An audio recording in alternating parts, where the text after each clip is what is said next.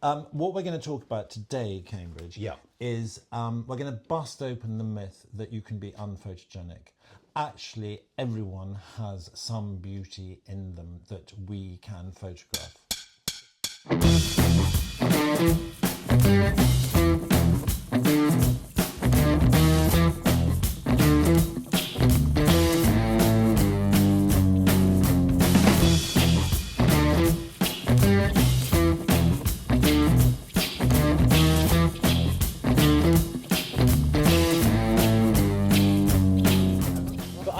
This lovely equation, and it literally is written as an equation. Being photogenic equals comfort plus awareness plus expression plus light, which we know about because we keep coming back to it, plus, and I like this last one, plus individuality.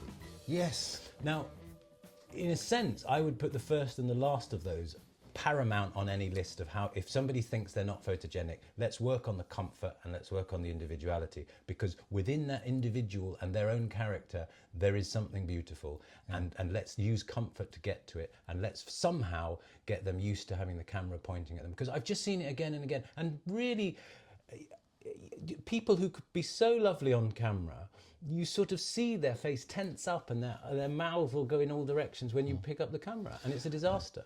And then they are unphotogenic by the end of that. Yeah, this whole thing of making people feel comfortable, we've discussed this before. They don't always need to feel so comfortable because you need a little bit of energy and adrenaline in there. But I had an editor who I was photographing for her monthly newsletter page. And we had the whole thing set up, it was beautiful. And we were using daylight, and she'd got some special clothes in to wear for this photo shoot. And just as we were about to click the shutter, the assistant stepped forward and he looked at me and said, "What are we going to do about the wrinkles?" And there was an electric sort of tension. And I looked at this, not as young as she wanted to be, editor, who looked at me, who was basically saying, "Fire this assistant now," even though she really liked him. And he said, "I suppose you want to take them out in Photoshop afterwards." And I was like, this is not helping. You know, we are getting an unphotogenic expression now. Yeah, right now. And then he leaned forward and he just went, there we are. Oh my God, it was on the arm of the shirt. Yeah. Oh my God, yeah. That's brilliant. She laughed so hard that we got some of the best pictures ever. I think the good news about people who think they're not photogenic is that there is a solution to this, and it can be learned, and there's so much information we can give out here, I think. Are you going straight into top tips? No, I'm going to resist. Go on, give us one top tip right now. Well, I think that to me there's something interesting about a face is three-dimensional. Yeah. We take a photograph of it, it becomes two-dimensional. Yeah. But the same is true of moving pictures on television, which famously adds £10 to the face. So there's something unique about, you've just got to learn the tricks of what when moving from the three-dimensional person to the two-dimensional thing, you've got to work out what works. And to some degree that's easier for a professional photographer, but everyone can learn this. And I think it is slightly to do with angles, it is slightly to do with light and shade. And it is not true that any particular facial construction cannot be made to look good. Yeah. I'm going to quickly show you somebody. Do you know who I mean by Adrian Brody? I think he's fantastic. He's amazing. Yeah. Now, the point I want to bring up, but if you didn't know who Adrian Brody was and you just saw him in the street, I don't think you'd say he was a classically good-looking man. No. But so the point I want to add, even to my own equation, is familiarity, which is a separate. I know it's a separate point, slightly to photogenic, but there's a thing where we become accustomed to a face and it becomes attractive to us. Yeah. In a way. Very good point. Very good point. And I think that therefore applies within families and to famous people and so on. But I remember when I first saw Kate Moss, and I thought, what's the fuss about? Yeah. But then you learn to think, okay. No, but also she is the opposite of what we're talking about. Her face loves the camera. Yes. Her bone structure loves the camera. So absolutely. We should talk about those classic versions of good looks. But going back to Adrian Brody, it's interesting because, and you're talking about familiarity. I mean, you wouldn't say that a woman with a very strong nose isn't going to be classically beautiful. But think of Barbara Streisand. Yeah, I stunning. mean, that nose, that profile. Yeah. And there are plenty of pictures where she looks utterly beautiful with it. Yeah. So, like Adrian Brody, I'm not saying he's got quite the same, but the nose is a part of that face. Yeah, it's part of the character. And it's working with it rather than working against it. And that's a positive attitude within the person. And that comes through in the portrait at the end of the day. Let's make the most of what we've got and let's not try and hide it. And so what's interesting about what you've just said is, knowing that this was the subject today, I did a quick kind of Google of what people thought classically good looks were. And one of the interesting things was that the size of the nose, they said, what this website said, I can't remember where it was, is traits often associated with attractive female faces is the nose relatively small, and then traits often associated with attractive male faces, slightly larger nose proportional to the face. And I kind of think this is nonsense. I brought this list because I don't think it's true, not because we're referring to it. But it's interesting because it says this thing, wherever it was from, it says these are statistical patterns from research studies, they are not rules. I think too right they're not. I mean, it's just like, if you go down that route, we're going to end up in the kind of perfectly retouched. Which brings me nicely to something else. I'm going to let you move on in a sec, but I want to show you one more thing. Do you know this actress, Tilly Norwood? The pause shows that I don't. That's all right. Do you want to know something interesting about her? A lot. She doesn't exist. Oh my goodness. She's AI. She's AI, and she's going out there doing interviews and being offered for work in movies. But that isn't why I brought her up. I brought her up because, in a sense, she's presumably been created using whatever the algorithm decides is good looks.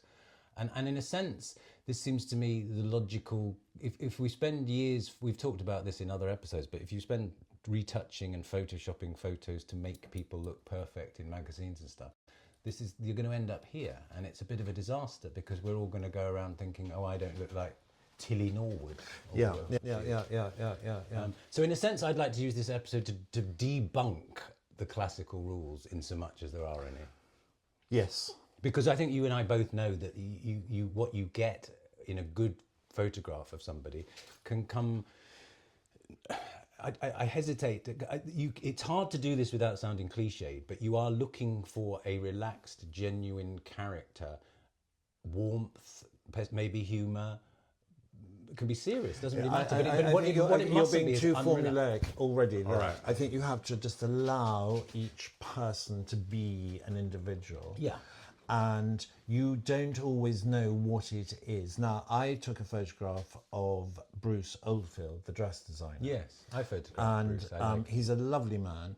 And actually, it wasn't for anything in particular. It was just one of my, for the hell of it, photographs. Right. And he very kindly came around to my studio and we spent a bit of time. And this is the portrait that we did. Now, the reason, and he really likes it. I love it. Now, there's a few things about it. Which are nothing to do with the subject of being photogenic. But I put him into the Irving Penn corner, which I created in my studio. It's not very obvious here. But what we're containing him very much within the frame. Yeah. Now, the reason why he likes this picture is a tiny, tiny, tiny detail, but he is so happy that his dimple, when he smiles, is showing. And that is a sign of beauty in a way, it shows us warmth, it shows us affection, and he likes it, and he likes that I caught it in that picture. I love this. You know how last week or whenever we did that episode on Berlin, you were kind of going, this to me is like, wow. Well, thank you. I have photographed Bruce. Yeah. I do not have a picture close to that. Thank you. And I mean that, and I'm sort of in awe of it. This is everything I sort of aspired to in those Bailey early work and stuff comes up in. But anyway, back to the theme of the day. The reason I think that's a brilliant portrait is to do with how relaxed he is. Yeah. You've got him. I mean, I met him, so I know what he's like, and that is the most beautifully relaxed. Because he didn't like being photographed when I did. Now I have a photograph here of someone who I think is one of the most beautiful people I know, and she's called Princess Alexandra. Oh, that's beautiful. And this portrait of her, I am using to illustrate. She doesn't like being photographed, and she doesn't really like to see her smile. Oh. And I don't know exactly why. Because she oozes but charm. That smile on that face in that picture, to me, is absolute beauty. Oh, it's lovely. You kind of want to go and hug her. Yeah, It just oozes warmth and charm and character. And again, this. So she doesn't like ever being photographed, or It's just not her thing. so she would say she was unphotogenic. Probably. Well, she's wrong. She is so wrong. Please forgive me. But you are one of the most beautiful people, and that smile is absolutely incredible, isn't it? You could see how it lights a room. Yeah, yeah. And actually, she leaves fairy dust behind her when she talks to people. You can see them swooning as she's moved along. Can I give you another quote, because I think it may lead us on to something here, which is Annie Leibovitz. She said, "A thing you see in my pictures is that I was not afraid to fall in love with these people." And I'm not necessarily her biggest fan, as you may have picked up already, but I do love that quote. It's there's this kind of willingness.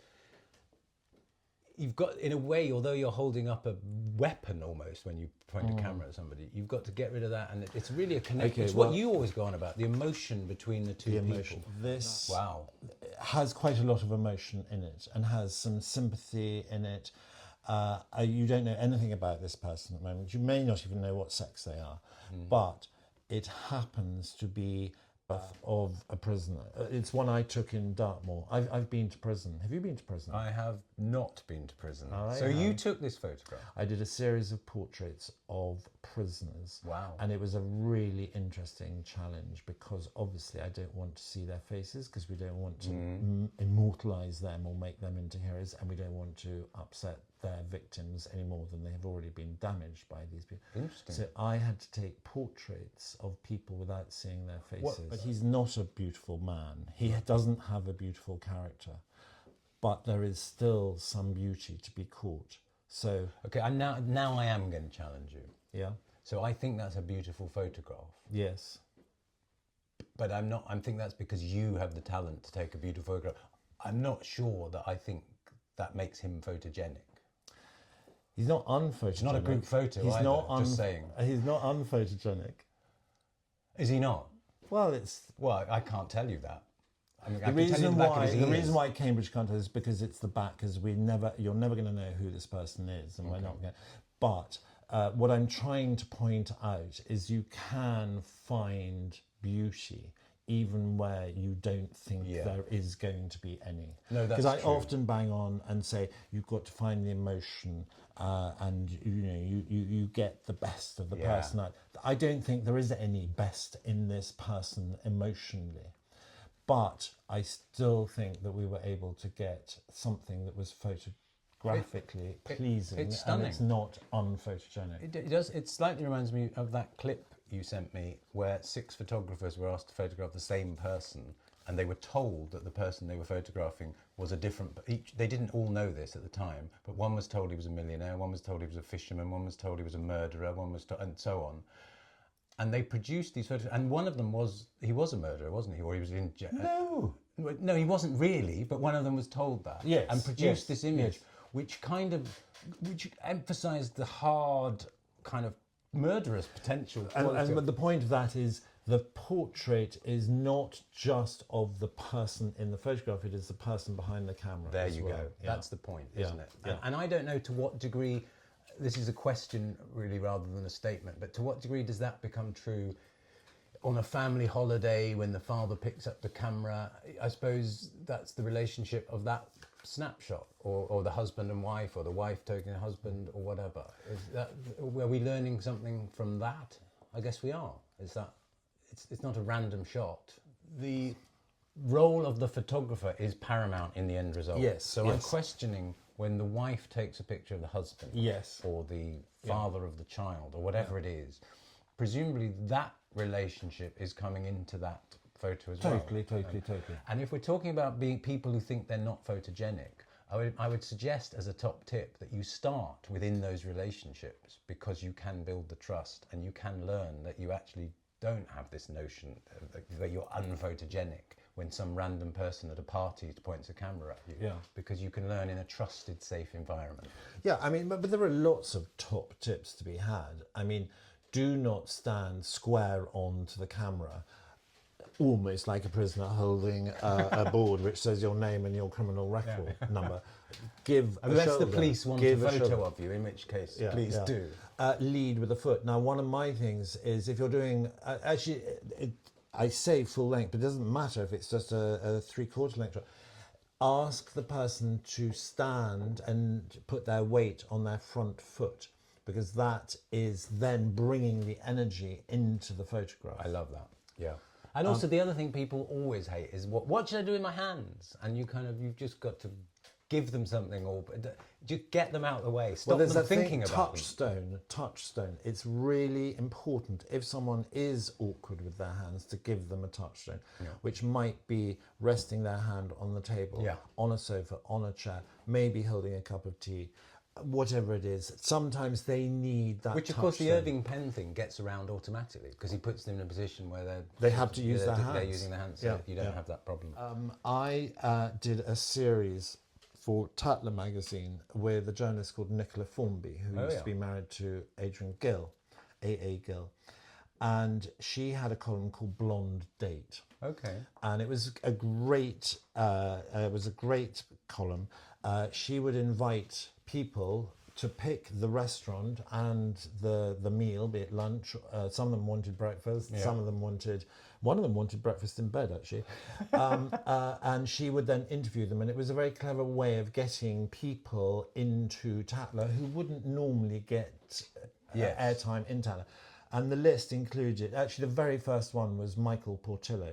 Then we did Nicholas Soames, Sacha Distel, Graham Norton, Patrick Cox, the shoe designer, Sean Bean, Tom Hollander, Jeremy Clarkson, Jonathan Ross, Mario Testino, and Vinnie Jones. And it was very interesting because those people, they're all famous people, but they're not necessarily all classically handsome men. But we are familiar with them because we've seen their pictures of them. But I would have to go and photograph them and make them photogenic enough to sit comfortably on the pages of a top glossy magazine. You were photographing them at the table while they eat? Yes. Well, that's quite a challenge. And it was great fun. It was really good. Let me ask you this though: to what degree was it staged versus you just turning up while they're having their breakfast lunch? Well, I'm going to show you a picture of Vinnie Jones having breakfast in bed in Claridge's with Nicola Formby. Do you think that was staged? But that was his choice. He wanted breakfast in bed with Nicola for the interview. And they've got, I think, some oysters. That reminds me of that. Was it Bob Geldof and Paula Yates? They did a similar thing on... the Big Breakfast show. Yeah. And this was Graham Norton and Nicola. So they literally are eating this food and you're turning up. So I go to the restaurant, and often the restaurant just you and a camera and a flash. You see, they don't want the other guests to be bothered with flash going up. So it was a photographic challenge to do daylight or available light portraits of these men with a very beautiful woman. And I mention that because when you put someone very beautiful into a picture, it does cast maybe the unphotogenic shadow on the other people in the picture. So it was a real challenge. Compare and despair, they say. Yeah. There you go. But it was a great thing, and it was, and the reason why I'm mentioning it is because one has to be creative and imaginative. And so if you don't think you are classically good looking, then put yourself in an environment that suits your style, and you will probably get a more fun and thereby more photogenic portrait. And I'm going to show you this picture. Back to our original point, because the most attractive thing in anybody, I think, is the combination of the comfort in themselves and some character. Yeah. And that's kind of what you've managed to catch in all those, I think. Now, I'm not very good with my Russian accent, but this is Evgeny Chikavakin. Okay. Chikavakin. From Tatler, Russia. Yes. And you get about, don't you? He has a company called something Wines, Hedonism Wines, that's it. And this was a photograph to accompany an article about his wine. Now, he didn't want to be having wine poured for him by a member of staff. He wanted to be not a man of the people or whatever, but there were a lot of things he didn't want. So I suggested we photographed him on a blow-up sofa chair in an indoor swimming pool, which just happened to have red and white mosaics on the back of the wall, and it is rather conveniently the colours of the Russian flag. Yeah, no, for anyone who can't actually see it on Hugo and Jones, you're looking at a very blue blow-up chair floating on a very blue pool against a very red backdrop of a man in a very red suit with a very red glass. He thought I was absolutely bonkers. But I felt... But he went with it. Well, let me tell you, I felt it was a way of getting this... He's a big charactered man, and he's not an Adonis. Okay, can we say that? Yeah. But I felt that this was a way of getting the story over about the wine and flattering him and his sense of humour. And he looks charming. Anyway...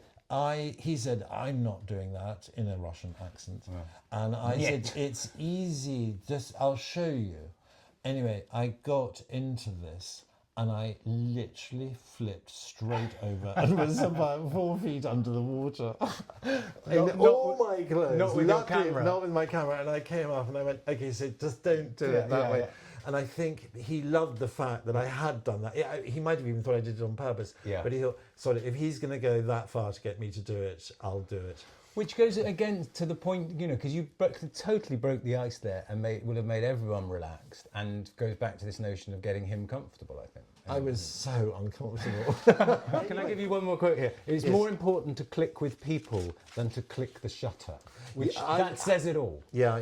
That is Alfred Eisenstadt. Yep. Which I do think I think that's kind of your and my philosophy. An individual that I photographed, a man, was not happy with his weight when I photographed him. Right. And he wanted us to do something in the world of Photoshop to slim and trim him down. And I'm very anti that, but it was a part of the contract. Anyway, and it's a private picture, and I can't show it to you. No. It's not a celebrity or anyone like that. Anyway, we did a bit of that, and then we presented the photographs, and they were sent back saying, no, you have not done enough. You've got to do it more.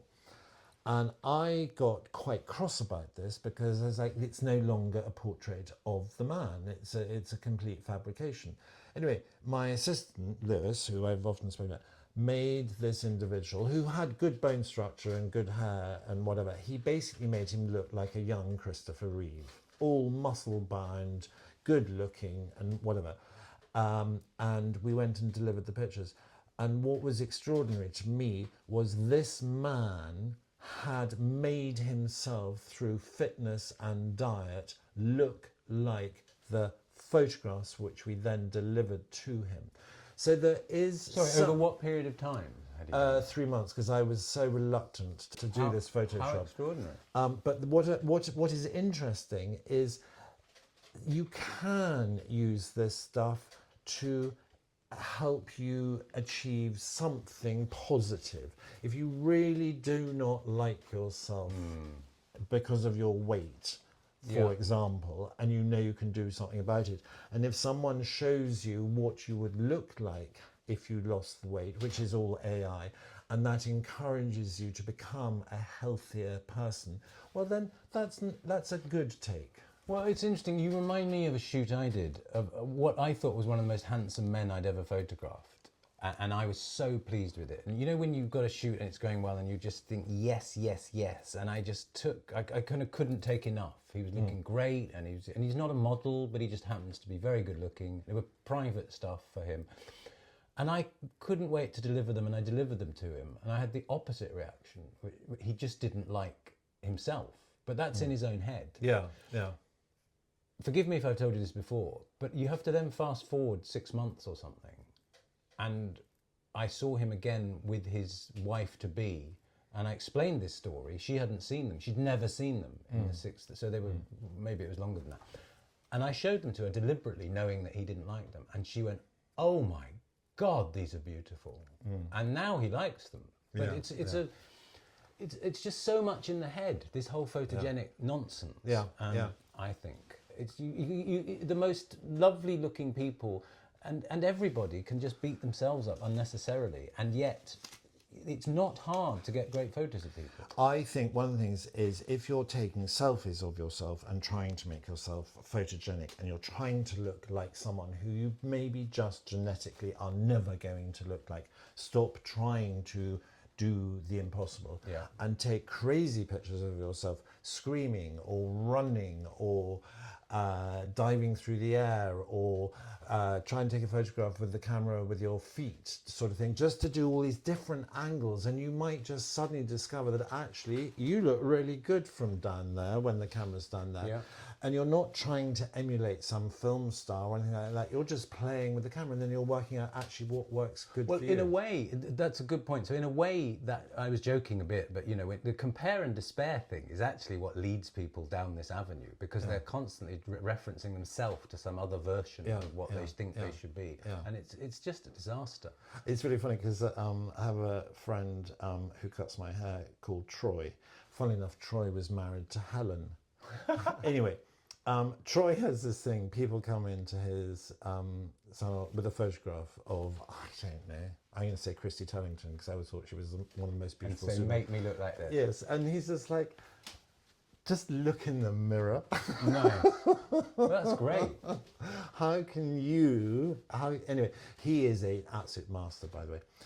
But I think we're kind of coming back to the same, and I think the whole digital world, I mean, there are two things that I don't really want to discuss because they upset me. One is makeup in the sense when it gets overused, I think. Well, three actually. The other is kind of doing things to your face, like Botox or whatever, in order to achieve some other thing.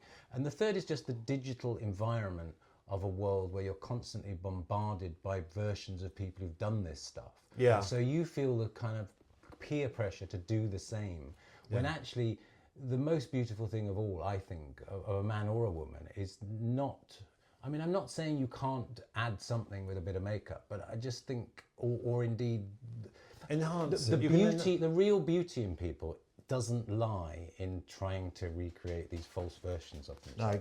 I agree. I do have an unphotogenic quote, which is attributed to Kirk Douglas. The Kirk Douglas? The Kirk Douglas, yeah.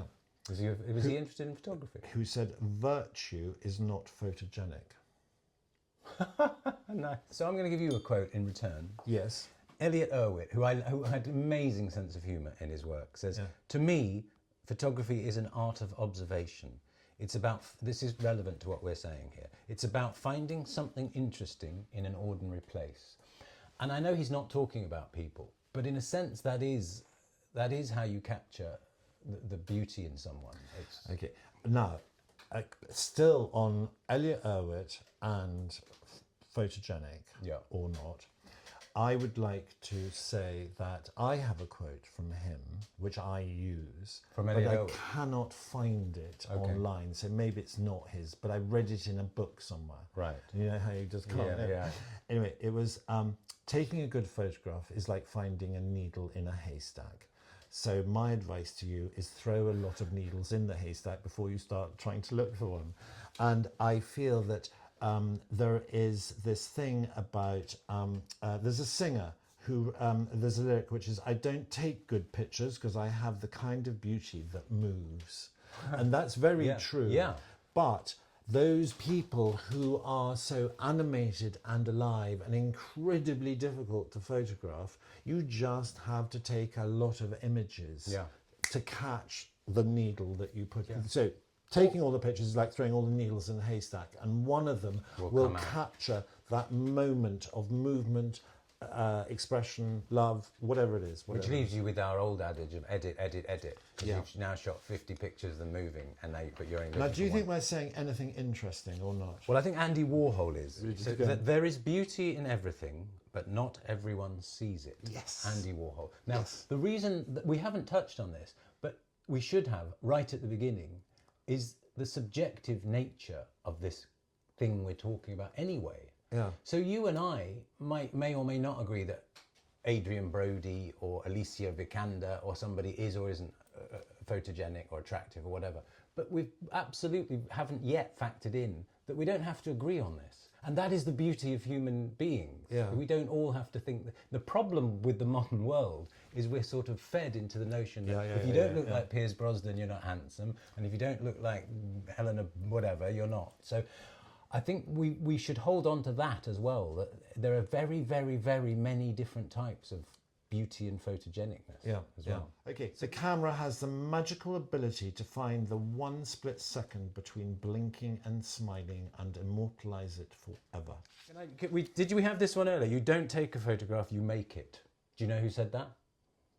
Someone really famous. Yeah, someone really famous that I got slammed online in an early episode for saying I didn't like Ansel Adams. Ansel Adams, my hero. I said I didn't like Ansel Adams, and someone was like, right, well, that's the end of that podcast. Yeah. And today you said you didn't like Annie Leibovitz. Well, no, I've always said that. Until she's a guest, I don't. But can I end with this? Photography is a way of feeling. You'll love this. Photography is a way of feeling, of touching, of loving. What you have caught on film is captured forever. It remembers little things long after you have forgotten everything. That was Aaron Siskin. And I think I like that. It's sort of just capturing something. So even if you think you're not photogenic, do take these pictures because they're capturing every stage of life is wonderful. Yeah. And that's another thing we haven't really talked about is aging within this, because that's another reason people, particularly women, I think, in my experience, get less willing to be photographed. And it's so sad because growing old gracefully is one of the most beautiful things, I think.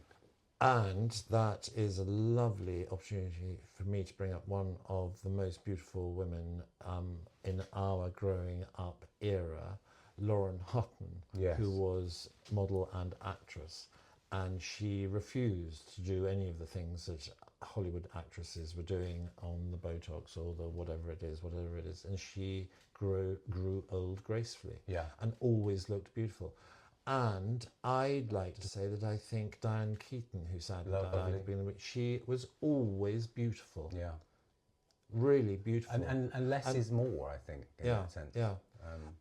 And so shame that people are made, certainly women are made to be scared of getting old, because the cruel thing is men tend to get better looking the older they get. So it's a really unfair balance. Speak for yourself. But that is because we are led to believe that beauty has to be this almost virginal skin. Youth. And I've just mentioned Lauren Hutton and Diane Keaton, who are two utterly beautiful older women. And I wish we could celebrate age and beauty more than we do. Yeah.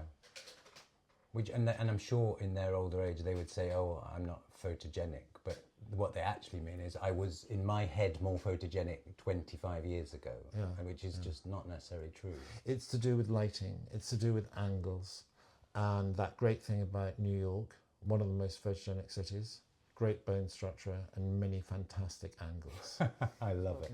I'd like to say a huge thank you and goodbye for this week to all our beautiful listeners out there, because they are all beautiful. I second that. You're all photogenic. Get over yourselves.